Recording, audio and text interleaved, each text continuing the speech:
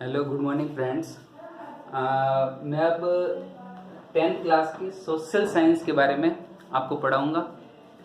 Social science के अंदर total जो टॉपिक हैं लगभग 20 के अराउंड है, 20 टॉपिक हैं। उस 20 टॉपिक में 1 से 4 तक जो है वो हिस्ट्री है, 5th 6 और 7 जो टॉपिक है वो पॉलिटी हैं। उसके बाद में कुछ टॉपिक ज्योग्राफी के हैं और फिर इकोनॉमिक्स। एक टॉपिक जो है वो जनरल अवेयरनेस से है, जिसके अंदर कुछ एक दो लॉ हैं वो पढ़ने पड़ेंगे, आरटीआई के बारे में पढ़ना पड़ेगा, ह्यूमन राइट्स एक्ट आएंगे और चाइल्ड लेबर और वुमेन सेफ्टी से रिलेटेड जो भी कुछ लॉ होगा वो हमें पढ़ना पड़ेगा। और 19 नंबर जो टॉपिक है वो रोड सेफ्टी और क्लीनलीनेस के हैं। सबसे पहले हम जो पढ़ेंगे वो टॉपिक है पॉलिटी। पॉलिटी वाला जो टॉपिक है ये पढ़ेंगे।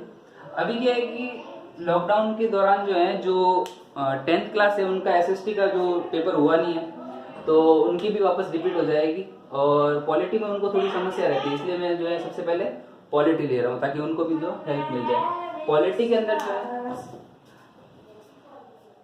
आवाज नहीं कर पा रहे।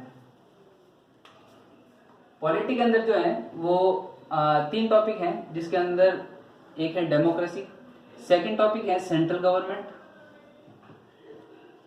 गवर्नमेंट और थर्ड टॉपिक जो रहेगा वो स्टेट गवर्नमेंट। मतलब एक रहेगा डेमोक्रेसी, लोकतंत्र, केंद्र सरकार और राज्य सरकार। ये 3 टॉपिक हमें जो है वो पढ़ने हैं। तो पहले हम जो है सबसे पहले सेंट्रल गवर्नमेंट के बारे में पढ़ेंगे। सेंट्रल गवर्नमेंट वाला टॉपिक मैं सबसे पहले लूंगा, ठीक है।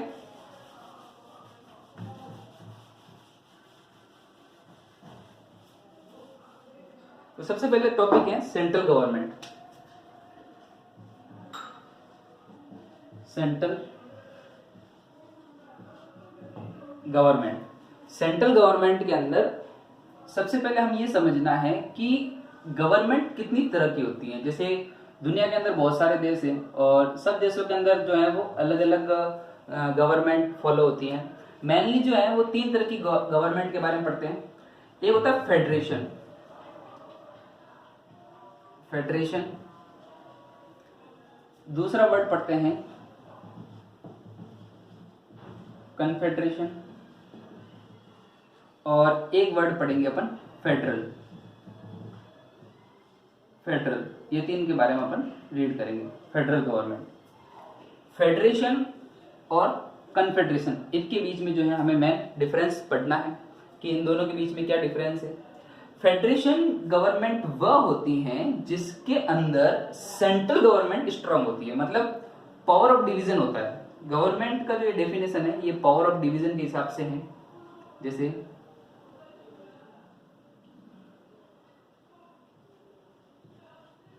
Power of division of powers,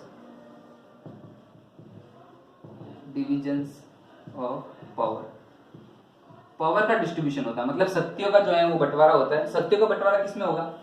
एक होगा सेंट्रल गवर्नमेंट में, जो केंद्र सरकार होती है सेंट्रल गवर्नमेंट, और दूसरी होती है स्टेट या जो प्रोविंसेस होते हैं, उसके अंदर जो है पावर का डिस्ट्रीब्यूशन होता है।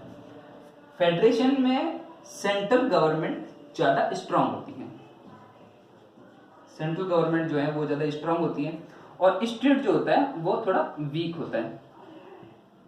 स्टेट गवर्नमेंट उसमें वीक होती है, किसमें? फेडरेशन के अंदर। और इसका सबसे बेस्ट एग्जांपल जो है वो है यूएसए, कनाडा, ऑस्ट्रेलिया। ये ऐसी कंट्रीज हैं जहां पे दुनिया के अंदर फेडरेशन गवर्नमेंट होती है, जहां पे सेंट्रल गवर्नमेंट बहुत स्ट्रांग होती है। जैसे यूएसए के अंदर ले लो, तो यूएसए में सेंट्रल गवर्नमेंट में कौन है? ट्रम्प। तो ट्रम्प, सारी जो यूएसए की पावर होती है वो ट्रम्प के हाथ में होती है। वहां पे स्टेट गवर्नमेंट जो है वो कमजोर होती है। इसका उल्टा कन्फेडरेशन वो गवर्नमेंट होती है जिसके अंदर पावर जो होती है वो सेंट्रल के पास में नहीं होके सारी जो पावर होती है वो स्टेट के पास में होती है। सारी पावर जो होती है वो स्टेट के पास में होती है, मतलब सारे स्टेट मिलके एक अपना लीडर डिसाइड करते हैं, मतलब एक सेंटर अपॉइंट करते हैं। लेकिन उस सेंटर के पास में कोई पावर नहीं होती है, सारी पावर जो होती है वो स्टेट गवर्नमेंट अपने पास में डिस्ट्रीब्यूट करते हैं, जो भी पावर होगी वो सारी स्टेट गवर्नमेंट के पास में होगी। तो ये इसका जस्ट ऑपोजिट है, और इसका सबसे बेस्ट एग्जांपल देखने को मिलता है, वो मिलता है हमें ब्रिटेन में। ब्रिटेन इसका सबसे बेस्ट एग्जांपल है। ब्रिटेन के अंदर क्या है, स्टेट गवर्नमेंट जो होती है, छोटे छोटे जो प्रोविंसेस होते हैं, उन प्रोविंसेस के पास में पावर होती है, और सेंट्रल गवर्नमेंट जो सेंट्रल बॉडी होती है वो सिर्फ नाम मात्र की बॉडी होती है। सारा काम कौन करेगा, स्टेट गवर्नमेंट। अब इन दोनों का जो मिक्स रूप है वो देखने को मिलता है यहाँ इंडिया के अंदर। मतलब वहां पे कन्फेडरेशन भी होगा और फेडरेशन भी होगा, और उसका जो मिक्स फॉर्म होता है वो कहलाता है फेडरल गवर्नमेंट। फेडरल गवर्नमेंट देखो, फेडरेशन का एक दूसरा नाम भी होता है यूनिटरी, और फेडरल का दूसरा नाम होता है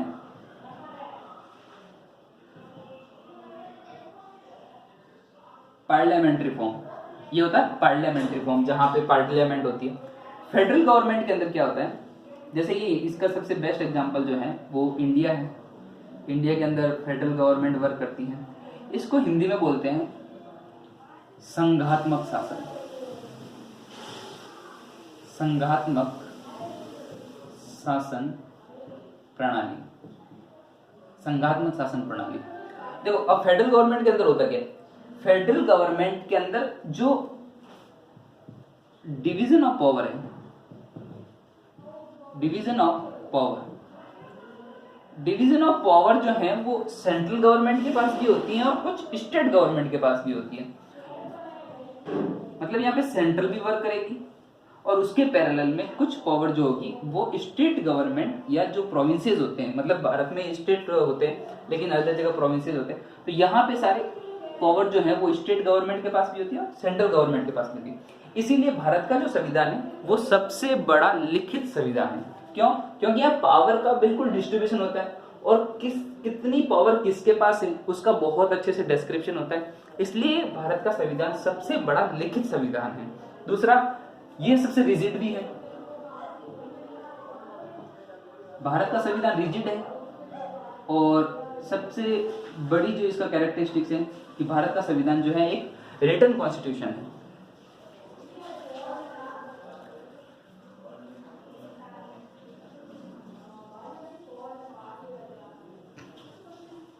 रिटन कॉन्स्टिट्यूशन है। अब इससे फर्क क्या पड़ता है, सेंट्रल गवर्नमेंट, देखो भारत के संविधान में क्या है, 3 तरह की लिस्ट होती है। एक होती है सेंट्रल लिस्ट, जो भी सब्जेक्ट होते हैं उसमें 3 तरह की लिस्ट होती है, सेंट्रल लिस्ट या इसको बोलते हैं यूनियन लिस्ट। सेकंड होती है स्टेट लिस्ट, और थर्ड जो होती है वो होती है कॉन्करेंट लिस्ट। अब देखो इन तीनों लिस्ट के अंदर सब्जेक्ट का डिवीजन होता है। सब्जेक्ट का डिवीजन कैसे, जो सेंट्रल गवर्नमेंट के पास में जो भी काम होगा, काम करने के लिए जो होगा वो सारा सेंट्रल लिस्ट के अंदर होगा। जो सब्जेक्ट स्टेट लिस्ट के अंदर होंगे वो उस पर काम करेगी स्टेट गवर्नमेंट काम करेगी, और जो सब्जेक्ट इसके अंदर होंगे कॉन्करेंट के अंदर, उसमें सेंट्रल भी काम करेगी और स्टेट गवर्नमेंट भी काम करेगी। मतलब इस पे दोनों काम कर सकते हैं। लेकिन मान के चलो इसमें जो भी कोई सब्जेक्ट है और उस पर कोई डिस्प्यूट हो जाए, मतलब उस पर कोई विवाद हो जाए, तो हमेशा सेंट्रल गवर्नमेंट का जो डिसीजन होगा वो ही मान्य होगा, उसको हम फॉलो करेंगे। अब देखो जैसे अभी ये बहुत एपिडेमिक फैल रहा है, जैसे ये महामारी फैल रही है, ठीक है, कोरोना महामारी। इसमें देखो हेल्थ जो टॉपिक होता है ना, वो हेल्थ टॉपिक आता है कॉन्करेंट लिस्ट में। किसमें? कॉन्करेंट में, मतलब हेल्थ रिलेटेड टॉपिक या जो डिजीज रिलेटेड होता है वो आता है कॉन्करेंट में। मतलब सेंट्रल भी काम कर सकती है और स्टेट भी काम कर सकती है।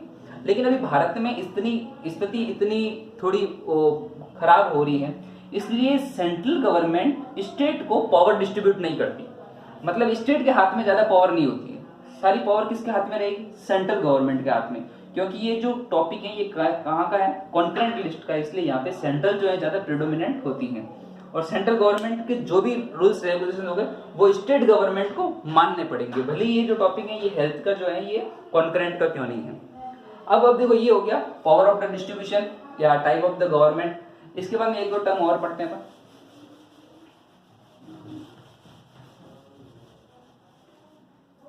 देखो एक वर्ड होता है प्रेसिडेंशियल,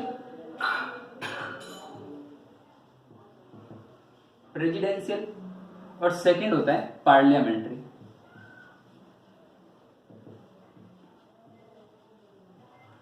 पार्लियामेंट्री, प्रेसिडेंशियल और पार्लियामेंट्री में क्या फर्क है? देखो सबसे 2-3 फर्क है। प्रेसिडेंशियल फॉर्म जो है इसका सबसे जो बेस्ट एग्जांपल है वो यूएसए के अंदर है, वहां पे प्रेसिडेंशियल गवर्नमेंट रन करती है, और भारत के अंदर यहाँ पे रन करती है, भारत के अंदर, इंडिया के अंदर पार्लियामेंट्री गवर्नमेंट, मतलब संसदात्मक शासन प्रणाली,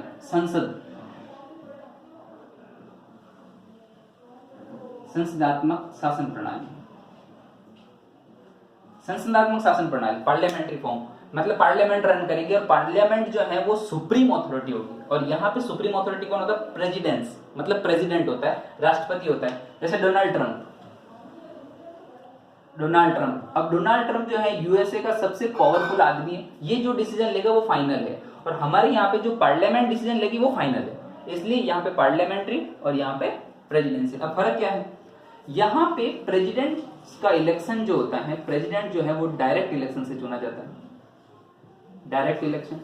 लेकिन भारत के अंदर जो पार्लियामेंट्री के अंदर जो प्रेसिडेंट आता है, प्रेसिडेंट जो सिलेक्ट होता है वो चुना जाता है indirect election. Indirect election, indirect में पार्टिसिपेट कौन कौन करता है? एमपी पार्टिसिपेट करते हैं और एमएलए पार्टिसिपेट करते हैं। MLA elected member of MP and elected member of MLA, ये सारे इलेक्टेड मेंबर जो है प्रेसिडेंट को पार करते हैं, इसलिए यहाँ पे इनडायरेक्ट इलेक्शन होता है और यहाँ पे डायरेक्ट इलेक्शन होता है। सेकेंड थिंग, यहाँ पे प्रेसिडेंट की पावर जो होती है वो थोड़ी कमजोर होती है, मतलब प्रेसिडेंट जो है वो थोड़ा वीक होता है, उसके ज्यादा उसके हाथ में पावर नहीं होती। तो यहाँ पे प्रेसिडेंट जो है सिर्फ नाम मात्र का प्रेसिडेंट होता है, इसकी जो पावर होती है वो थोड़ी वीक होती है। और यहाँ पे जो प्रेसिडेंट होता है, प्रेसिडेंट, इसके पास में पावर ज्यादा होती है, तो इसकी जो पोजीशन होती है वो थोड़ी स्ट्रांग होती है, मतलब ये थोड़ा स्ट्रांग होता है। और ये जो पार्लियामेंट्री फॉर्म के अंदर जो प्रेसिडेंट होता है वो थोड़ा वीक होता है, क्योंकि प्रेसिडेंट सारे वर्क जो है वो पीएम के एडवाइस से करता है, मतलब यहाँ पे पीएम काम करेगा, प्रेसिडेंट की इतनी स्थिति स्ट्रांग नहीं होगी। अब हम जो है मेन टॉपिक पे आते हैं। ये सारे लगभग गवर्नमेंट के टाइप्स और ये हो गए। आप चाहो तो हाथों हाथ इनके जो है वो स्क्रीनशॉट ले सकते हो, ताकि आपके जो नोट्स बनाने में भी काम आ जाए। अब अपन आते हैं वापस सेंट्रल गवर्नमेंट, कि सेंट्रल गवर्नमेंट क्या होती है। देखो अपने 2 टॉपिक हैं, एक सेंट्रल गवर्नमेंट और एक है स्टेट गवर्नमेंट। सेंट्रल गवर्नमेंट समझ में आ गया तो स्टेट गवर्नमेंट बहुत इजी है, ये आराम से समझ में आ सकता है। इसका बिल्कुल ऐसे कॉपी पेस्ट करिए, इसके सारे जो भी प्रोविजंस हैं या सो भी जो रूल्स रेगुलेशंस हैं वो सब स्टेट गवर्नमेंट फॉलो करती है। सेंट्रल गवर्नमेंट क्या होता है? देखो पहले गवर्नमेंट के बारे में पढ़ते हैं। देखो ये है गवर्नमेंट, और इस गवर्नमेंट के 3 पार्ट होते हैं। सबसे बड़ा और सबसे इंपॉर्टेंट लेजिस्लेचर, उसके बाद में होता है एग्जीक्यूटिव, और ये होता है जुडिशियरी। लेजिस्लेचर को हिंदी में बोलते हैं विधायिका। एग्जीक्यूटिव को बोलते हैं कार्यपालिका, और जुडिशरी को बोलते हैं न्यायपालिका। ये हिंदी और दोनों में काम आ जाएगा, हिंदी मीडियम वाले भी आराम से समझ सकते हैं। देखो लेजिस्लेचर सबसे इंपॉर्टेंट है। दूसरा, इसका जो है ये संविधान के अंदर आर्टिकल 97 में, संविधान के आर्टिकल 97 में लेजिस्लेचर के जो मेन फॉर्म है वो हो गया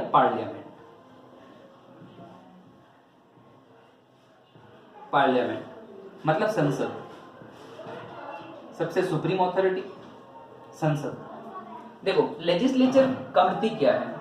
गवर्नमेंट के अंदर कानून बनाने का काम, यदि कोई बना हुआ कानून है उसके अंदर अमेंडमेंट करने का काम, या कोई कानून पहले से बना है उसको डिलीट करने का काम, 3 काम ये करती है। यदि कोई कानून बन गया, उस कानून को रन करवाने का काम करेगी कार्यपालिका, उसको रन करवाएगी, उसको एग्जीक्यूट करने का काम करेगी। और न्यायपालिका क्या करेगी? जुडिशियरी सिस्टम, जो कानून बने हुए हैं उसको रेगुलेट करना, और उसमें यदि कोई कुछ करेक्शंस हैं या कुछ भी कोई प्रॉब्लम आ रही है तो उसके अकॉर्डिंग उसे दंड का प्रावधान है। और इसके लिए जो है सबसे सुप्रीम अथॉरिटी होती है सुप्रीम कोर्ट, और उसके बाद में स्टेट गवर्नमेंट के अंदर होता है high court. Supreme court article 124 और ये होता है आर्टिकल 214। 124 के अंदर सुप्रीम कोर्ट का प्रोविजन है और आर्टिकल 214 के अंदर हाई कोर्ट का प्रोविजन है। ये अपन आराम से बाद में पढ़ेंगे, पूरे टॉपिक में अपन को यही पढ़ना है। सबसे पहले अपन लेजिस्लेचर पढ़ेंगे, एग्जीक्यूटिव, और उसके बाद में जुडिशियरी। एग्जीक्यूटिव के अंदर सबसे पहले पार्लियामेंट सिस्टम। पार्लियामेंट्री सिस्टम जो है वो आर्टिकल 97 के अंदर दिया गया। अब पार्लियामेंट्री सिस्टम पढ़ते हैं कि पार्लियामेंट में क्या क्या होता है। देखो, पार्लियामेंट्री भवन सबको पता है कि ये दिल्ली के अंदर है, दिल्ली के अंदर है। और पार्लियामेंट के 3 अंग होते हैं, इसके 3 अंग है, मतलब 3 जो है इसके पार्ट हैं। पहला पार्ट होता है लोकसभा, लोकसभा, उसके बाद में राज्यसभा, राज्यसभा, और सबसे इंपॉर्टेंट होता है प्रेसिडेंट। प्रेसिडेंट के बारे में पढ़ेंगे। प्रेसिडेंट जो है वो आर्टिकल 51 के अंदर, 52 के अंदर, आर्टिकल 52 के अंदर जो है भारत के प्रेसिडेंट के बारे में दे रखा है कि भारत का एक प्रेसिडेंट होगा। और लोकसभा, राज्यसभा और प्रेसिडेंट ये तीनों पार्लियामेंट के अंग हैं, और तीनों मिल के पार्लियामेंट को रन करवाते हैं। मतलब कानून बनाने का जो काम होगा वो पूरा ये 3 करेंगे, ये 3 करेंगे। अब अपन एक एक के बारे में पढ़ते हैं। लोकसभा क्या है, राज्यसभा क्या है, और प्रेसिडेंट क्या करता है।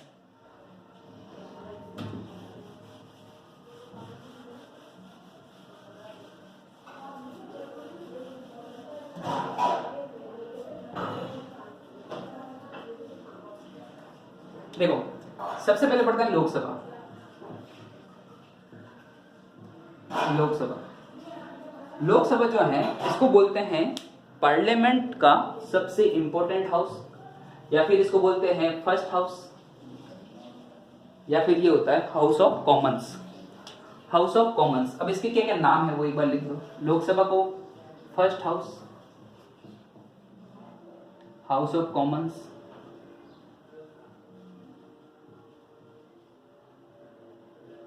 कॉमन्स, उसके बाद में upper house,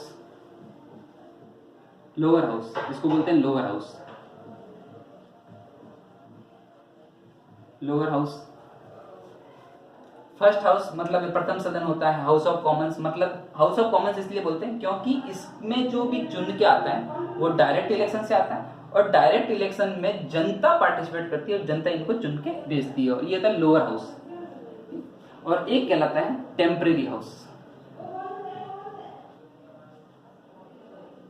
temporary house, temporary house का मतलब हो गया कि ये जो है एक अस्थायी सदन है, ये हर 5 साल के बाद में रिपीट होता है। तो इसमें इसको बोलते हैं टेम्परेरी हाउस, अस्थायी सदन। तो ये 4 नाम इसके याद रखने। अब देखो, लोकसभा के अंदर कंपोजिशन पढ़ते हैं। कंपोजिशन,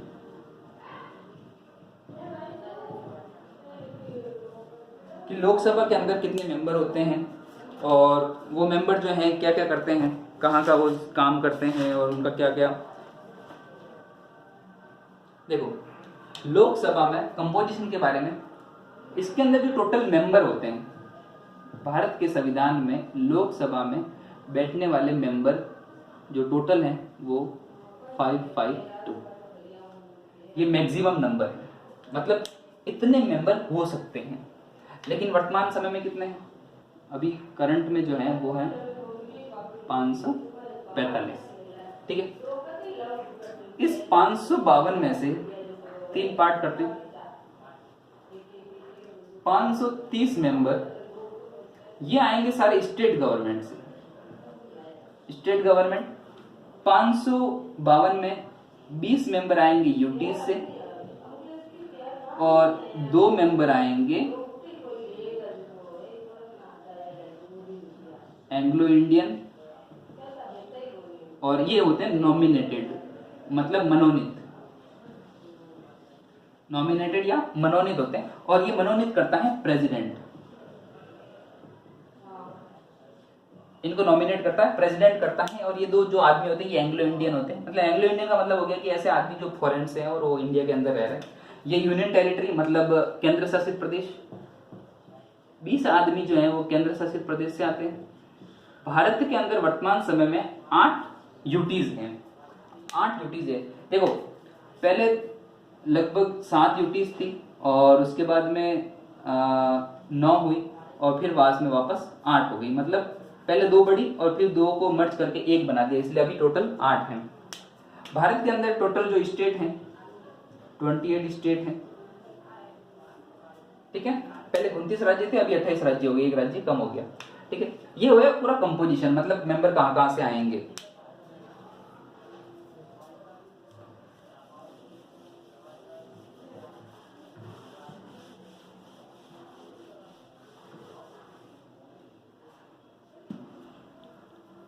देखो टेन्योर क्या है, टेन्योर का मतलब हो गया कि कितना टाइम पीरियड जो है वो ये वर्क करेंगे।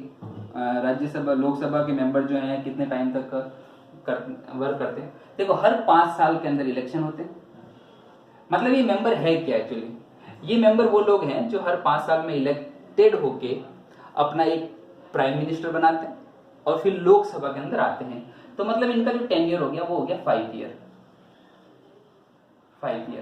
दूसरी चीज, ये जो 5 ईयर है इससे पहले मतलब 5 साल होने से पहले भी प्राइम मिनिस्टर यदि प्रेसिडेंट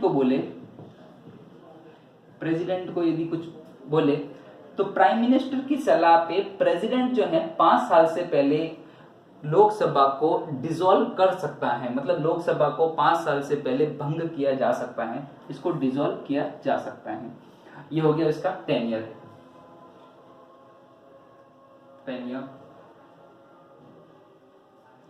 इसके बाद में अपन पढ़ते हैं एलिजिबिलिटी क्राइटेरिया। दूसरा देखो इलेक्शन तो क्या है कि मतलब ये जो मेंबर आते हैं ये इनका इलेक्शन कैसे होता है। इलेक्शन कैसे होता है, सिंपल है, एडल्ट फ्रेंचाइजी है भारत के अंदर, एडल्ट फ्रेंचाइजी।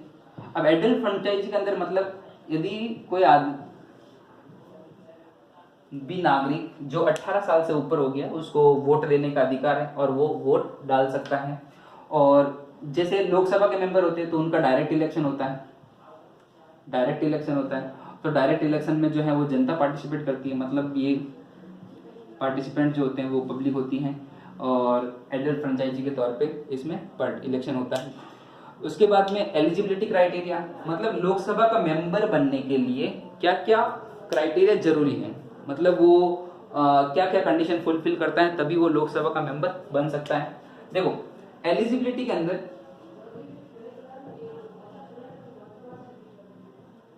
एलिजिबिलिटी में सिंपल है, देखो ये बिल्कुल पॉइंट्स है, आप पॉइंट्स लिखते जाना।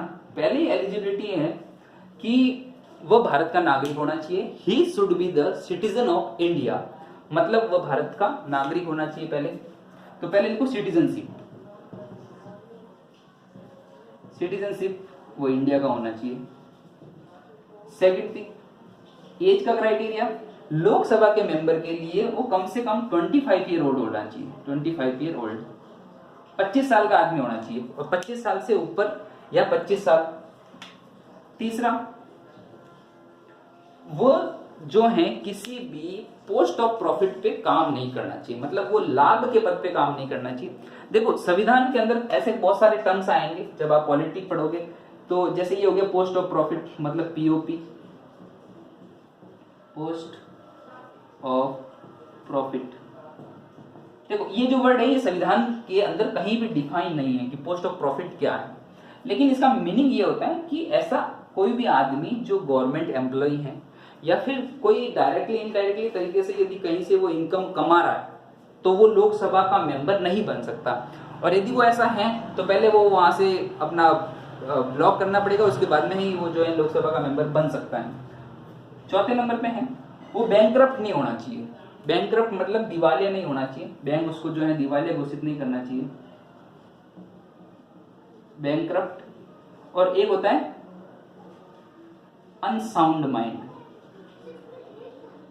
मतलब वो दिमाग से थोड़ा सटीक नहीं होना चाहिए, ऐसे सनकी नहीं होना चाहिए, दिमाग से थोड़ा बिल्कुल एक्यूरेट होना चाहिए। और ये किसके द्वारा, मतलब कोर्ट उसको दिवालिया घोषित नहीं किया, वो कोर्ट उसको जो अनसाउंड माइंड डिक्लेयर नहीं किया गया, ये चारों कंडीशन जो है ये फुलफिल करनी चाहिए, और यही जो है ये एलिजिबिलिटी क्राइटेरिया है। देखो एक बार आप जो है स्क्रीनशॉट लेके इसको कर सकते हो। इसके बाद में अपन पढ़ते हैं सेशन, मतलब देखो लोकसभा के सेशन कब कब कंडक्ट होते हैं।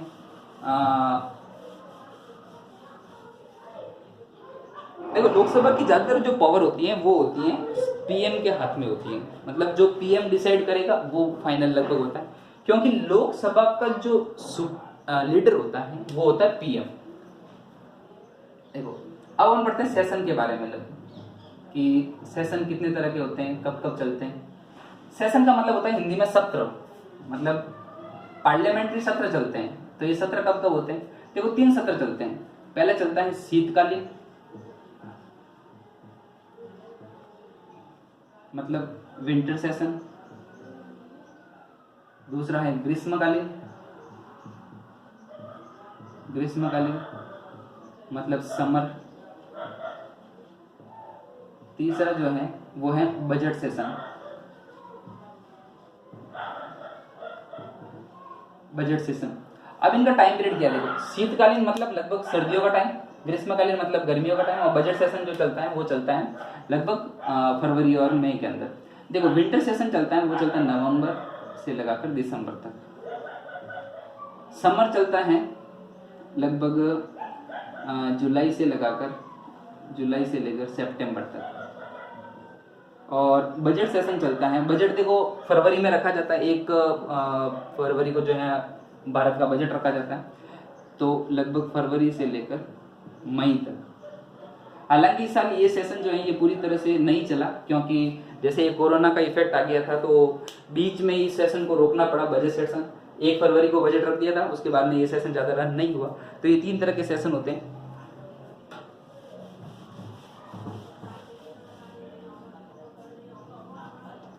अब देखो एक चीज और है कि लोकसभा के अंदर जो सुप्रीम अथॉरिटी होती है, मतलब लोकसभा कैसे वर्क करता है। देखो लोकसभा के अंदर जो है ऑफिस बियरर जो होता है,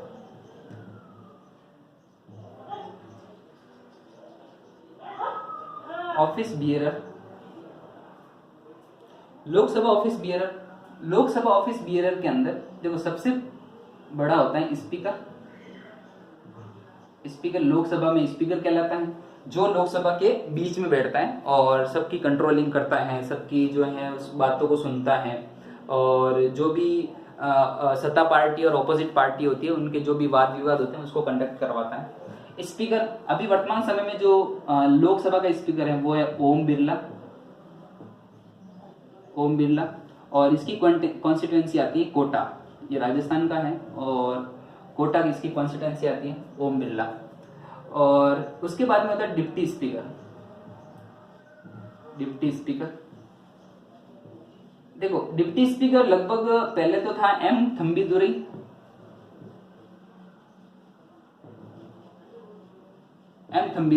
लेकिन अभी वर्तमान समय में इसका कोई ज्यादा ये पोस्ट अभी शायद वैकेंट है, इसमें कोई है नहीं, ठीक है। ऑफिस बियरर, और ये दोनों का जो है वो है आर्टिकल 93 के अकॉर्डिंग।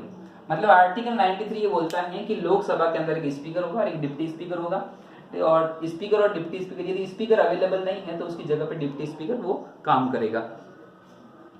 अब देखो स्पीकर का काम क्या है, स्पीकर क्या क्या वर्क करता है, तो स्पीकर के एक बार काम देख लेते हैं।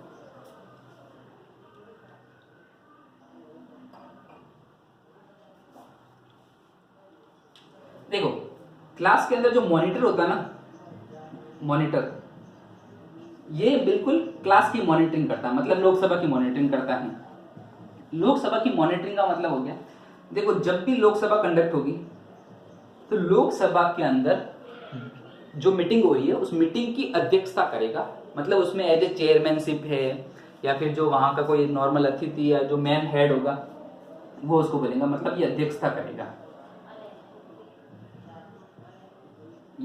करेगा, सेकंड थिंग ये जो भी कुछ वाद विवाद हो रहा है उस पर कंट्रोल करता है, ठीक है।